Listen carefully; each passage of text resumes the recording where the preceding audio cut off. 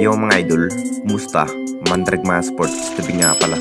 Ating pag-usapan, Barangay Nebra, Jackpot, kay Troy Rosario at Stephen Holt may gustong patunayan. Pero bago nga yan, kung bago ka sa aking channel, huwag mong kalimutan mag-subscribe at i-click ang notification bell para like kang updated sa ating latest upload natin. So nakakatapos sa unang debut game ng Barangay Nebra laban nga sa upunan ng Inlex.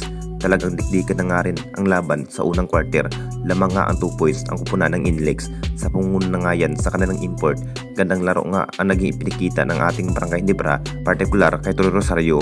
Gandang gumbo nga ni Scotty at Japet Aguilar at Troy Rosario sa ilalim mga idol, kung saan nakapagtala nga si Troy Rosario ng panibagong career high ng 9 points. Grabing performance nga ang naging ipinakita ng ating Barangay Nebra ngayong Commissioner Cup na may Troy Rosario, pati na rin ang ating Miss Import na si Justin Brownlee. Bigayan rin ang kanyang naging 3-point shot. Nakapagtala nga ng 24 points sa buong laban. Unang panalo nga ng ating Barangay Nebra laban nga sa upunan ng Inlex. Unang debut game kasama nga si Troy Rosario.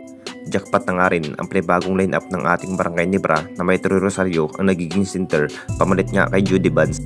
Kahit hindi muna nakapaglaro itong si Jamie Malonzo at Jeremy Agre dahil sa iniindango to injury ang nasabing player. Si Troy Rosario muna ang nagiging nagpupursige sa laban. Kumamada nga na 9 points sa buong laban mga idol. Gandang kombinasyon nga ni Troy Rosario at Stephen Holt sa ilalim, kung saan namala Stephen itong si Stephen Holt.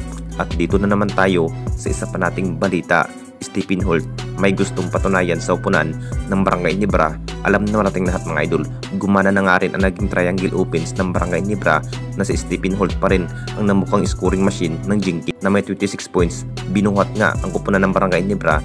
Talagang pinatunayan na nga rin ang nasabing player na mas kumpiyansa pa rin ang kupunan ng Jinkings na naman ang mukhang magkakampiyon dito sa ating liga.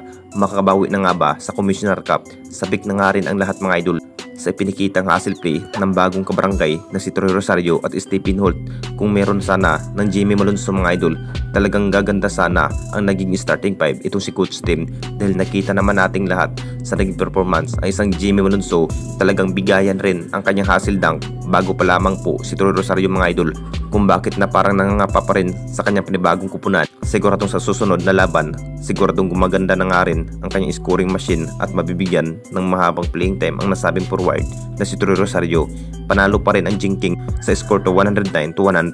Lamang na lamang nga ang Jinkings na may 9 points.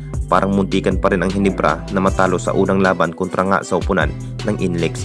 Lakas pa rin sa outshot shooting ang Inlex mga idol. Sa pangunguna na nga yan sa kanilang import at Robert Bulik at Kevin Alas. Anong masasabi ninyo mga idol tungkol sa ating video?